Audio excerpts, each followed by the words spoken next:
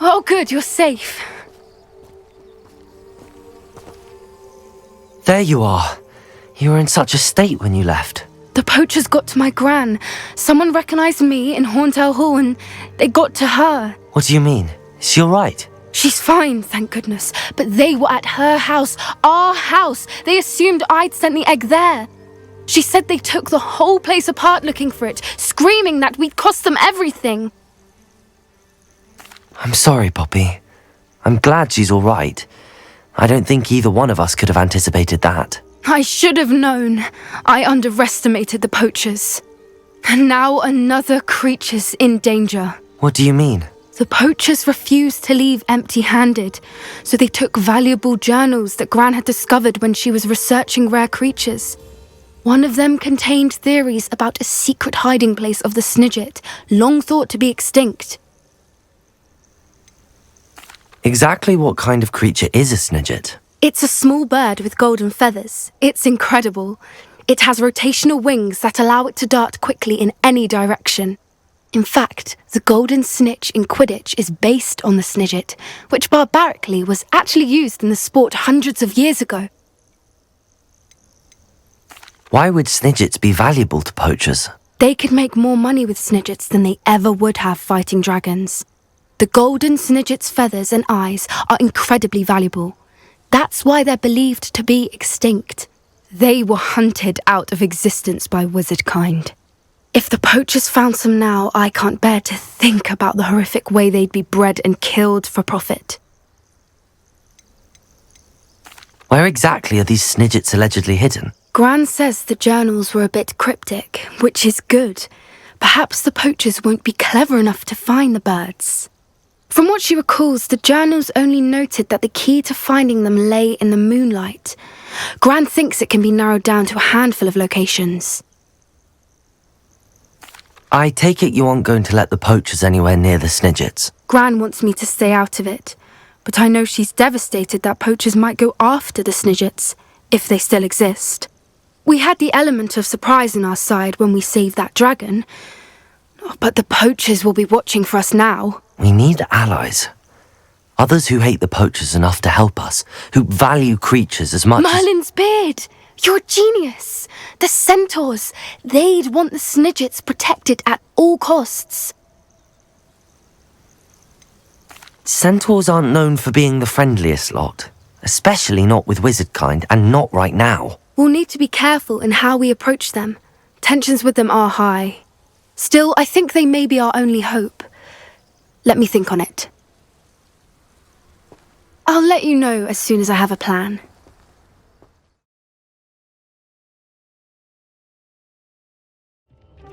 Deke has some exciting news to share. Hello, Deke. Professor Weasley said you had an idea. Indeed, Deke does. Deke knows that you want to learn about all sorts of beasts, and Deke recently heard rumours of a phoenix nest in a nearby mountain. A phoenix nest? I wonder if it belongs to the phoenix gnat he mentioned, the one Harlow and the poacher pack are after. Deke would not doubt it. If Deke has heard of it, surely the nasty poachers have as well, which means it could be in danger. Well, I'd better go and rescue it then, hadn't I? Deke thinks so. So majestic a beast should not fall into such vile hands. Deke is not sure why, but Deke feels that saving a phoenix might help to make amends for what happened with Deke's prior master. Deke hopes that you are able to find the phoenix and bring it to the room where it will be safe.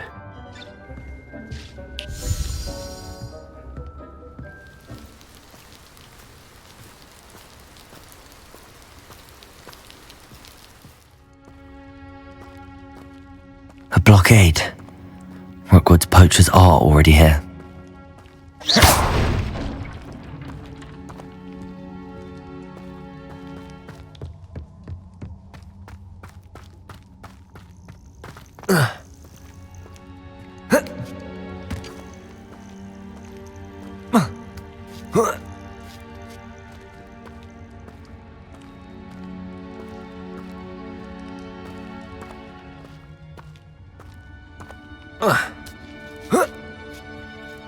Could the phoenix be in there? Levioso! Confringo! Protego! I won't let that happen again! Glacius! Defender! Bombarda! Confringo! Glacius!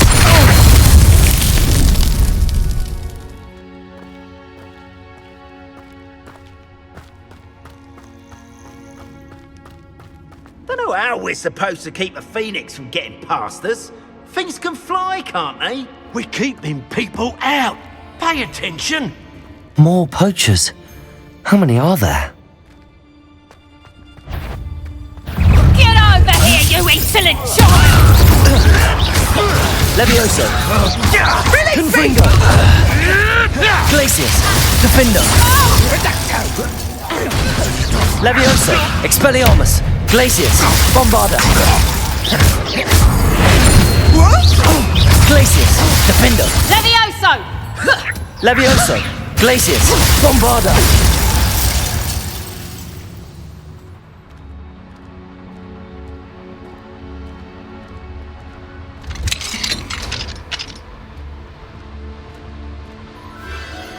The Phoenix!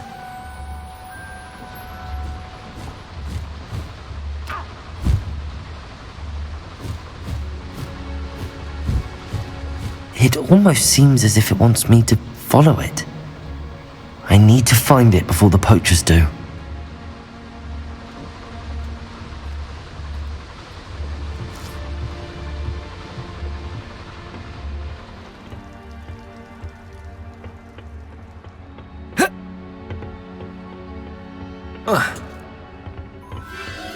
There it is again.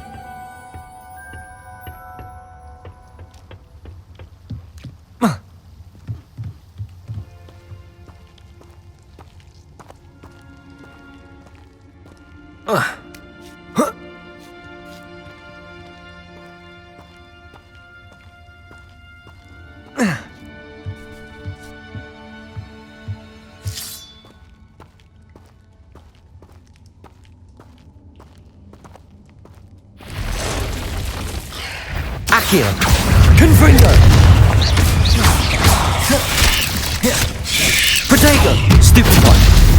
Levioso! Confringo! Glacius! Defender!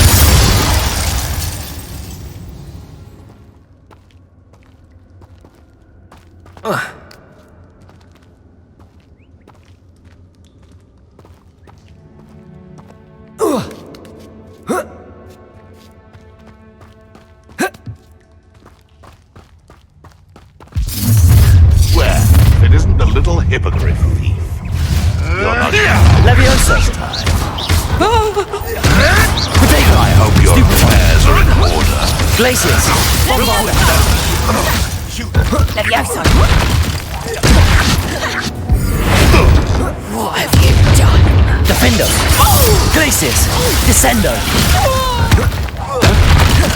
Levioso! Confringo! Protego! Stupid! Glacius! Defender! Arresto momentum! Bombarda! Glacius! Defender! That was for High Wing. One less poacher in the wizarding world. Bombarda!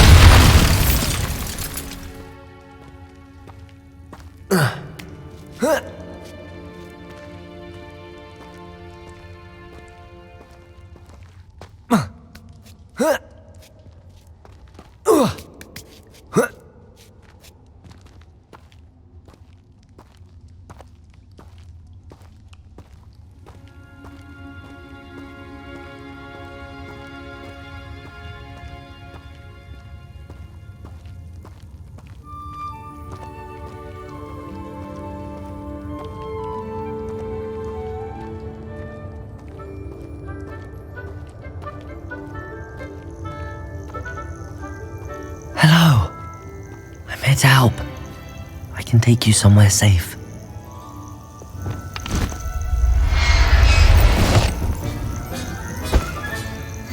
Let's get you back to the room. Deke's going to be pleased.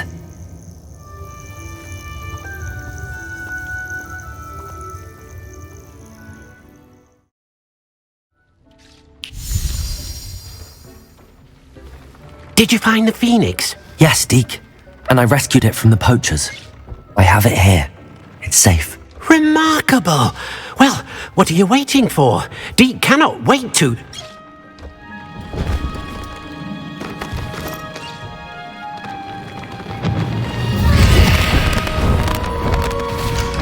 My heavens!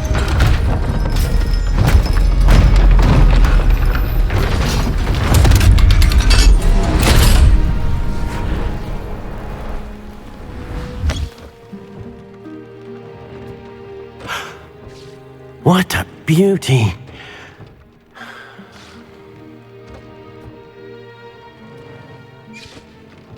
You keep it close.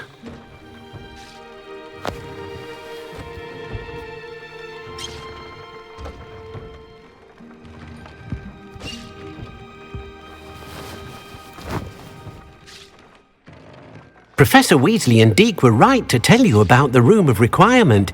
Look at all you've done, and how many beasts you've rescued. A phoenix is safe now, because of you. I couldn't have done it without your help, Deke. Thank you. Deke is grateful for the kind words, and also grateful to have been of assistance to someone like yourself. Helping you do such good for so many beasts has given Deke a sense of peace Deke hasn't known in years. Deke will always be here for you when you need him.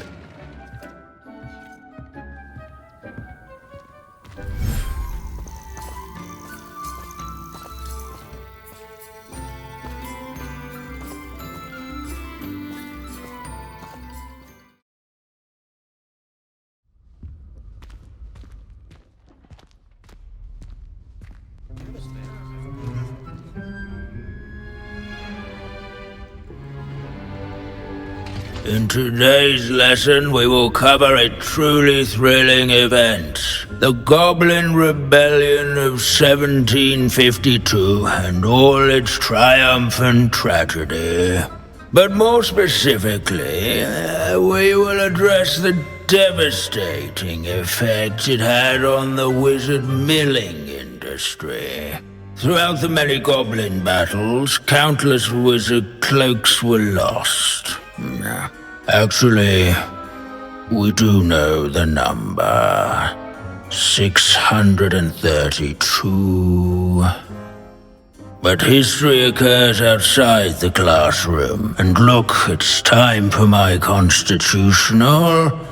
One can practically osmose the history flowing through Hogwarts. I think the professor wants us to follow him. And now for a stroll to the bell tower entrance hall. Along with the rest of the castle, it was completed in the late early Middle Ages. The hall and the bell towers that loom above it contain myriad interesting artifacts.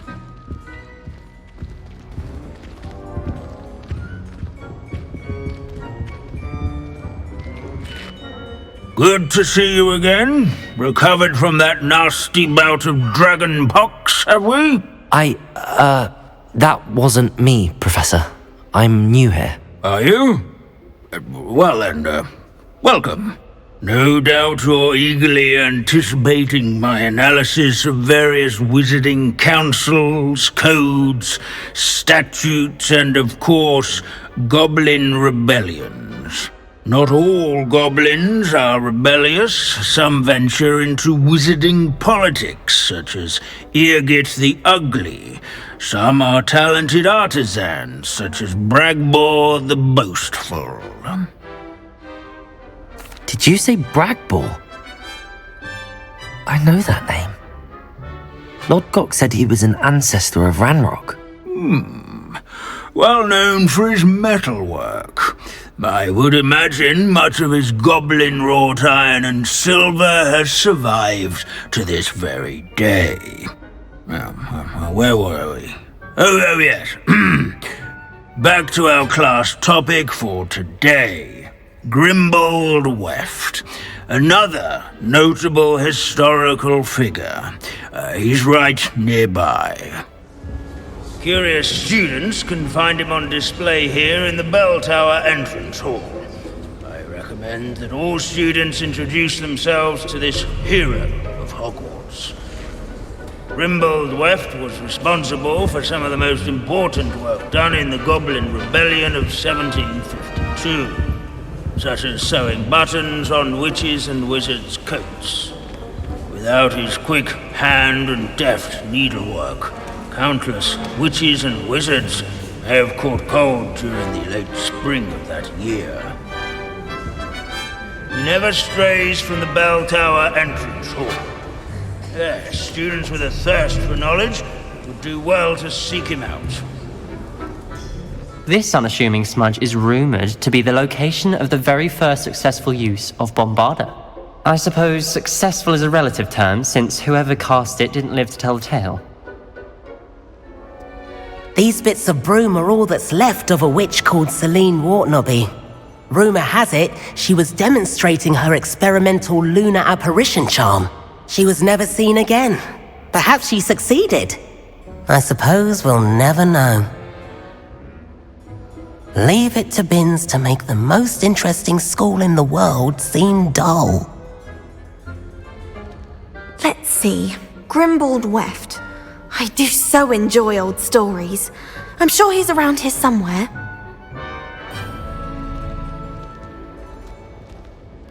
Abandoning class to wander the halls is in keeping with Professor Binns' manner of teaching. There's nothing quite so magical as history. Dusty, immutable history. Can you tell me where I might find Grimbold Weft? Oh yes, Grimbold Weft. Quick with a needle and thread, that one. He's a fascinating artifact of the Goblin Rebellion of 1752. At any rate, he can be found nearby, perched in his case. Wagadu's history is, well, a bit different than that of Hogwarts, to say the least.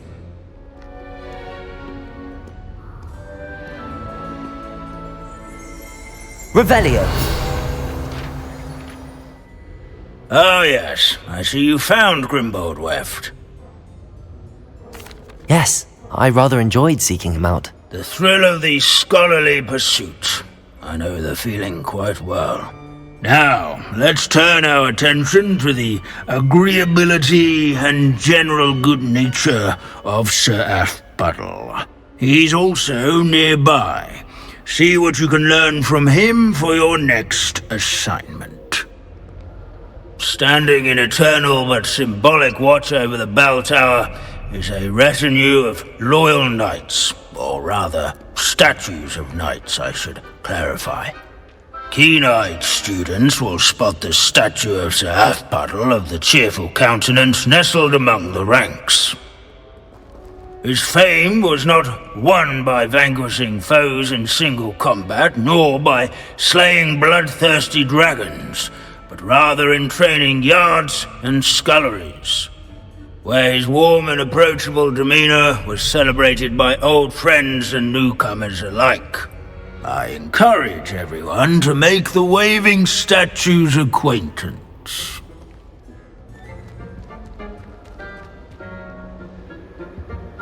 What I wouldn't give to be back on a broom right now. Searching for Grimbold Weft is so dull. I'd rather be in Beast class. At least we're out of the classroom. If you fail history of magic, you're doomed to repeat it.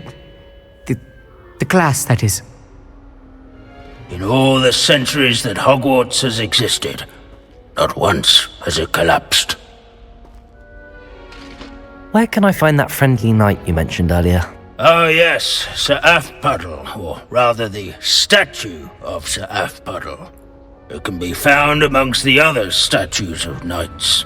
It's easy to identify, as it's been enchanted to wave at those who take the time to seek it out.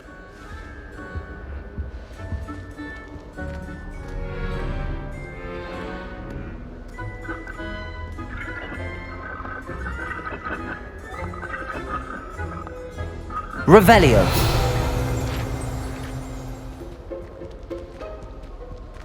Hogwarts is impervious to the inexorable march of time. Perhaps that is why I admire it so. Professor Binns, I found the statue of Sir Afpuddle. Ah, well done. Alas, Sir Afpuddle's affability was his undoing. Died instantly trying to befriend a basilisk. Eye contact is not always to be encouraged. So beloved was he that even some goblins mourned his passing. Of course, that did not bode well with the rest of the goblins, most of whom could not abide mourning the loss of a wizard. Pity goblins and wizards can't get along. True, but imagine how dull my lectures would be without goblin rebellions to discuss. History does tend to repeat. It is a series of patterns, a thought both comforting and disconcerting. The wise student, such as yourself, will learn from it. History is written by those who do their schoolwork, so they say. Or at least, I like to say that.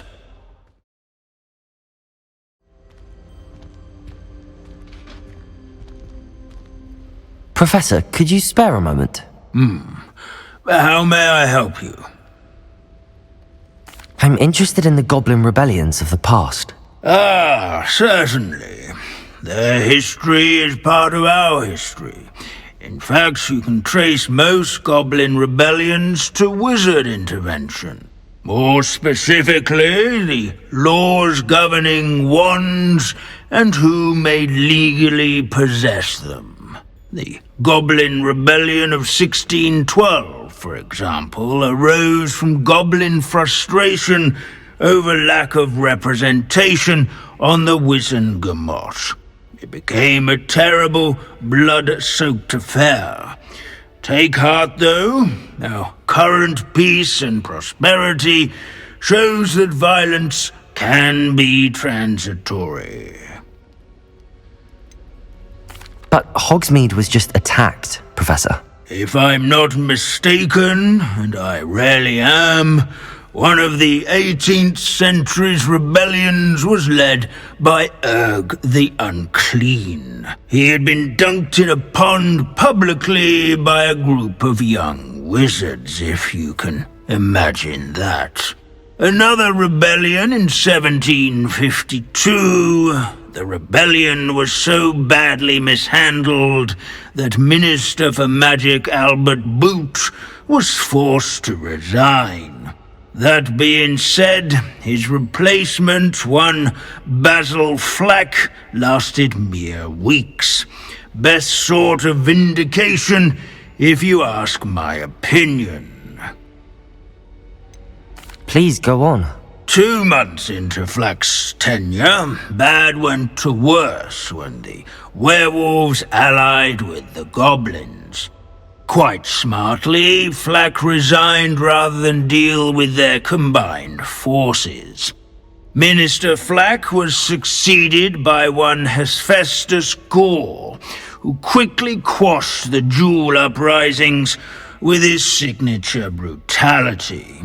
It is worth noting that many historians believe this punitive response led to even more werewolf conflict. You have noted all of this, have you not? Oh yes, Professor. Please continue. Continue? I take it your thirst for knowledge has yet to be quenched. If you would be so kind, Professor Binns.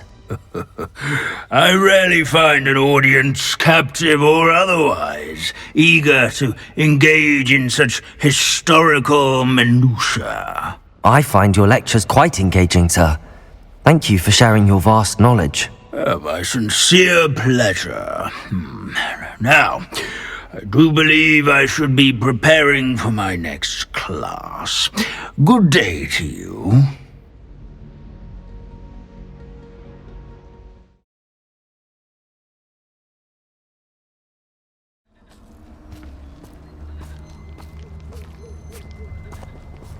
can do this. I can do this. They will want to help.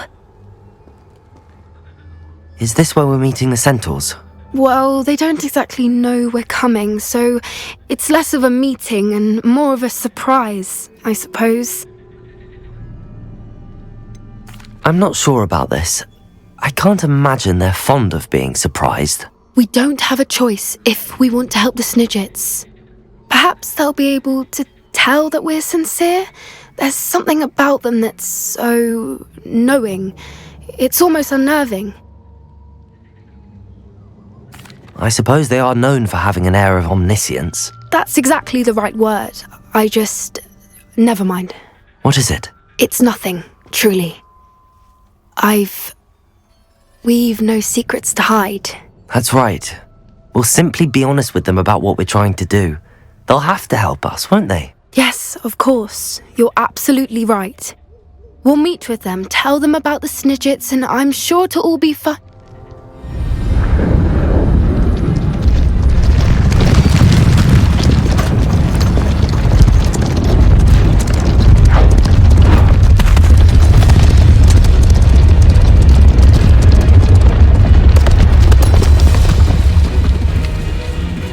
What do you think you're doing here, humans? Please!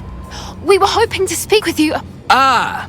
I suppose you'd like a tale for your friends of the time you spoke to a centaur, and it spoke back. No, never! We're here because we need your help. Enough! You made a grave error in judgment in coming here, little witch.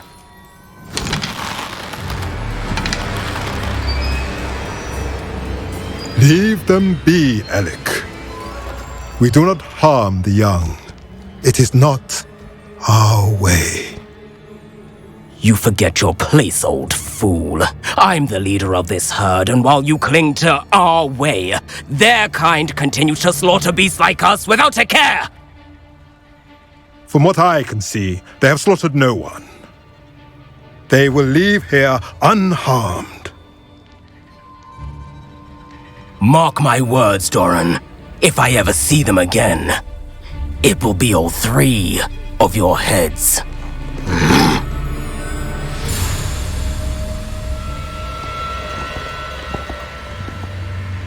Foolish children. Do you know what happens to wizards who wander here? Now, follow me before Golden Snidgets are still alive, and the poachers are after them. They know that the key to finding them lies in the moonlight, but they don't know what that means, yet. Please, help us find the Snidgets before the poachers do. Could it be?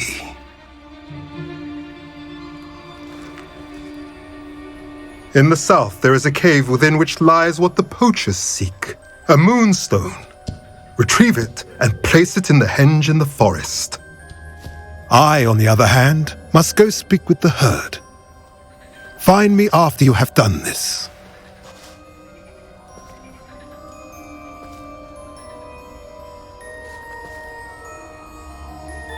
I don't understand. So the moonlight mentioned in the journal doesn't refer to actual moonlight, but to a moonstone. What do moonstones have to do with Snidgets? And why was he so certain about where we could find one? Isn't Moonstone all around us? Why retrieve one from a cave? Knowing Centaurs, I suspect he's referring to a specific moonstone. We'll likely know it when we see it. I don't know, but I am inclined to believe him, what with his being a centaur and all. I am too. It is a shame how quickly he left. What was his name? Doran.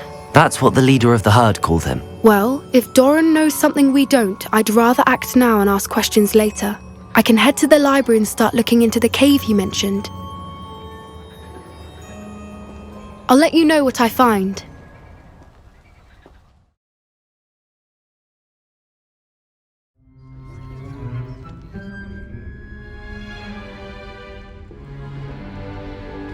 In today's lesson, we will cover a truly thrilling event. The Goblin Rebellion of 1752 and all its triumphant tragedy.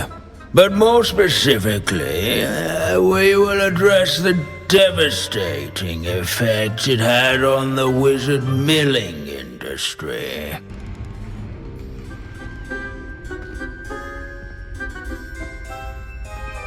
Actually, we do know the number. 632. But history occurs outside the classroom. And look, it's time for my constitutional. One can practically osmose the history flowing through Hogwarts. I think the professor wants us to follow him. And now for a stroll to the bell tower.